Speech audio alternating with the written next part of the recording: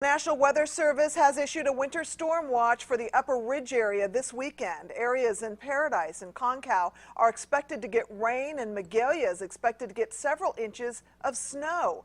Gusty winds, widespread rain, and heavy mountain snow on Saturday through early next week are also in the forecast.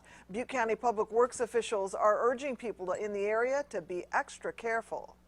If you haven't driven in inclement weather in a while, it's good to just go through and be mindful before you leave the door, and make sure you have traction chains and tires and food, water, appropriate clothing.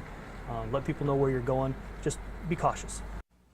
Coming up at 5, we'll hear from people getting prepared for the big storm. In Shasta County, Caltrans has been preparing to